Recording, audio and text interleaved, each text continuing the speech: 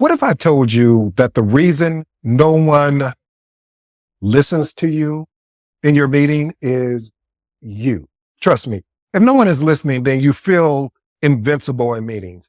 I'm going to be straightforward with you, family. If no one listens to you in your meetings, your influence is definitely at risk.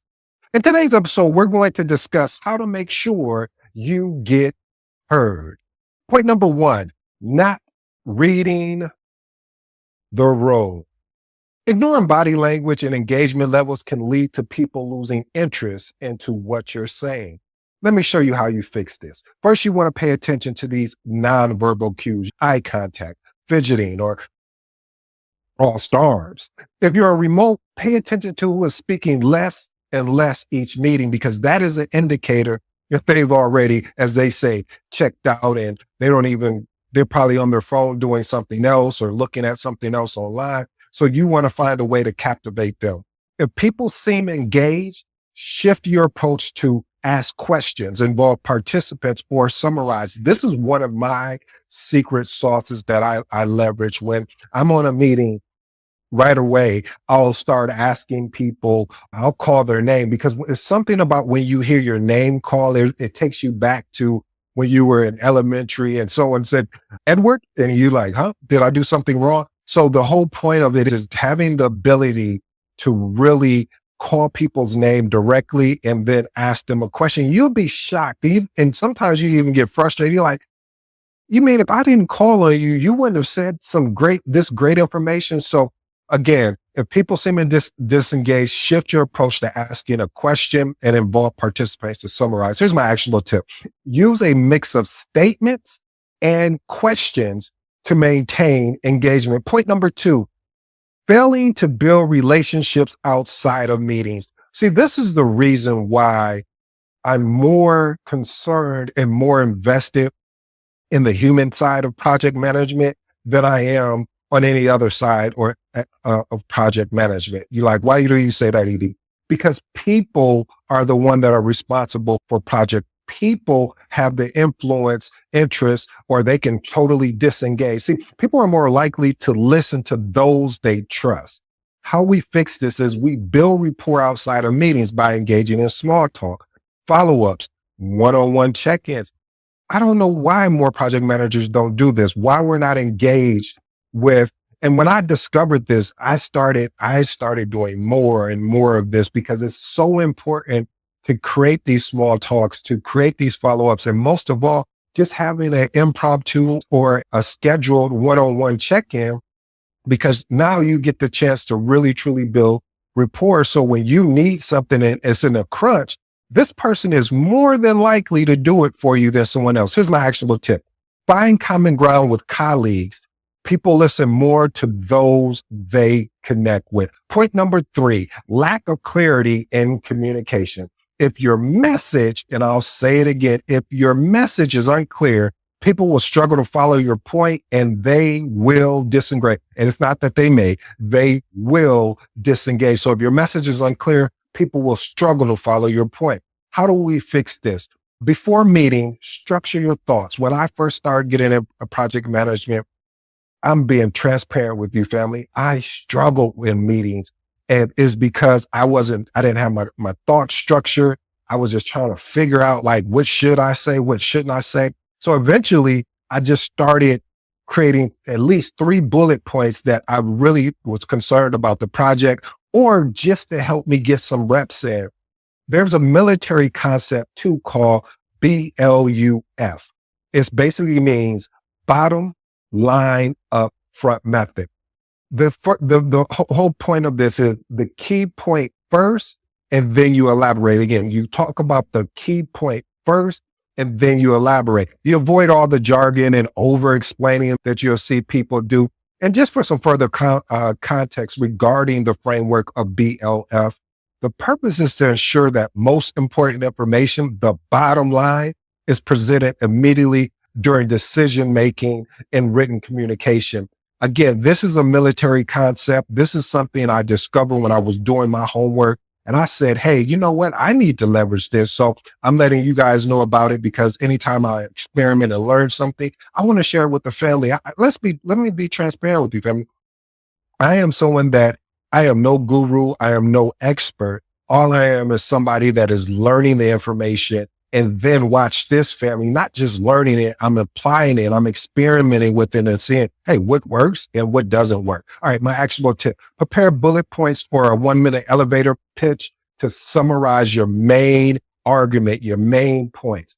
Point number 4, interrupting others or speaking at the wrong time. Man, do you know I get so, okay, I'm not going to go on a rant. Yes, I am. So I get so irritated when you're being a meeting and there'll be someone talking and it's always just that one that you got to have a sidebar conversation with initially, that they always want to over talk or they always want to interrupt. And I get it, because it's one of those things where it's sometimes they want to get their point out because they have the thought on their mind. But see, this also shows us that they're not really listening to the conversation. They're only listening to a certain point, and then they already have a formulated response instead of hearing all of the information before their response. And then also you have people that interrupt people because they feel like, oh, they should be getting to the point faster. They should already be there.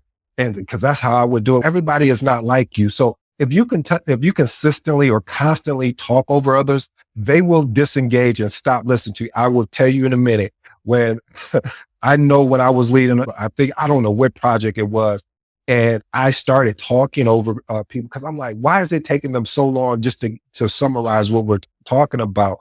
They became disengaged because they thought it was a personal attack, when in reality, I thought I was helping them, really, and I wasn't. Everybody has their own way of communicating. What you can do, though, is you can assist them by saying, hey, we only have 30 minutes or an hour. How can I help you organize the thoughts a little bit better?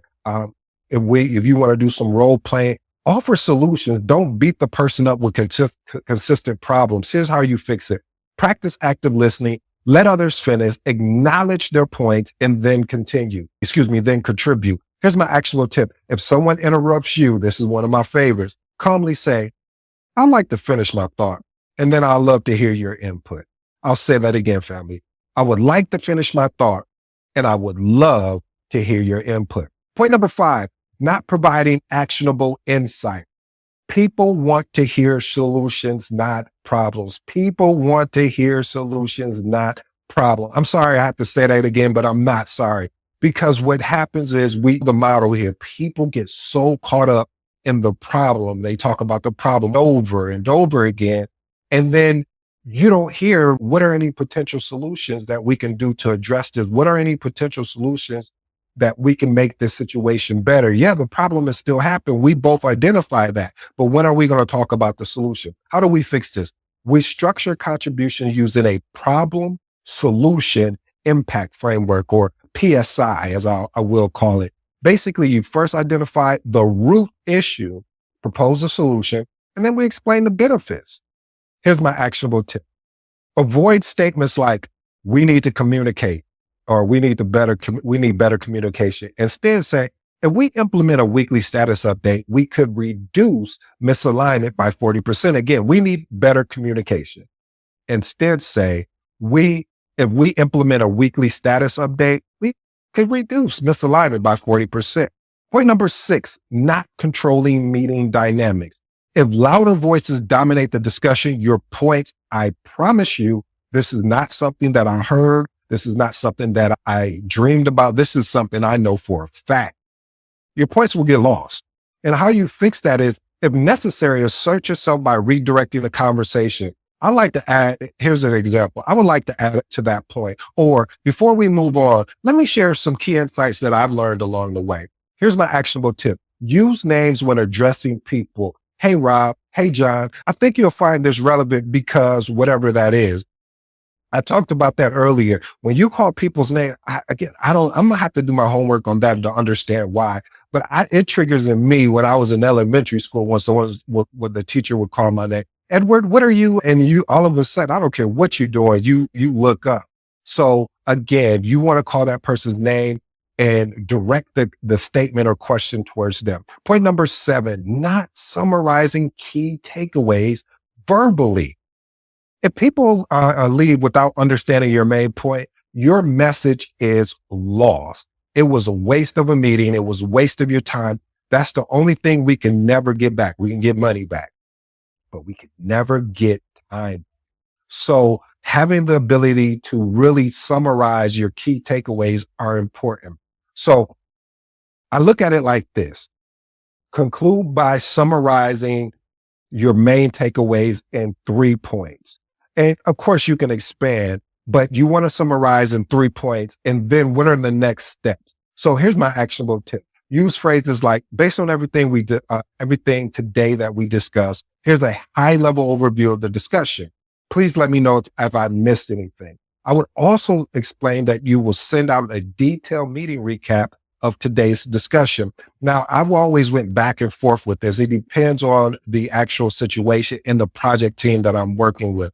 If I'm working with a project team that I can see there may be some challenges there, I'll probably send the meeting recap out that day just to cover the team as well as myself, because you never know when somebody says, I didn't get that. I didn't know I was supposed to do. And you'll pick up on these things as you continue to grow as a project manager. But if you have a team that is self-organized, you have a team that holds themselves accountable, I normally send it out 24 hours after the meeting, because that just gives them a reminder of what we talk about. But again, if you have a team that is not self-organizing, that doesn't hold themselves accountable, is always looking to place blame, you want to make sure within the hour, I say 2 hours max, depending on how long the meeting is, you want to send that recap out right away.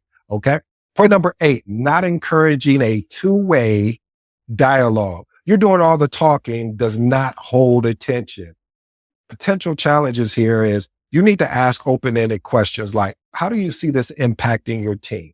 And my actionable tip, if responses are minimal, follow up again. I know you've heard me say this 3 times, but I've just seen it work. So if it's working, why change it? I'm willing to change it if I can find something else better. But every time I do this, asking direct questions, Brian, what are your thoughts? John, what are your thoughts? Rebecca, what are your thoughts?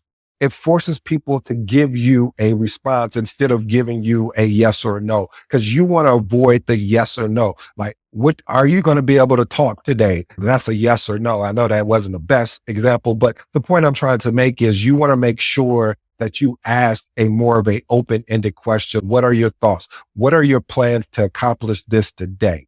All right, here's my final advice. Many professionals struggle to command attention in meetings due to unclear communication, lack of engagement, as well as the failure to establish credibility, whether it's speaking too much, using weak language, or ignoring the team that they're talking to, basically ignoring their audience needs. These habits can make others tune out.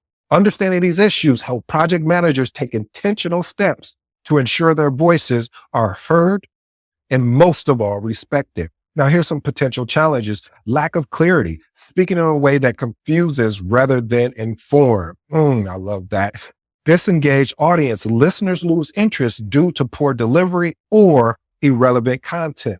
And the third one, failure to adapt, not reading the room, or adjusting your approach can, and I mean can and will, lead to people checking out mentally. Here's my actionable tip. We talked about mastering clarity and consciousness, using that bluff, the military term, bottom line up front. Again, bottom line up front. That is the framework for BLUF, excuse me. And approach is very direct and gets straight to the point. And the next one is read the room and adjust, watch body language, engage in participation with participants with questions and summarizing key points. And then the last one, encourage a two-way dialogue, ask specific people for input to make decisions interactive. Family, I hope you enjoyed today's episode. I go by the name of ED. For all you smart and intelligent folks out there, I'll just make it simple and clear. That just means Ed. Until next time.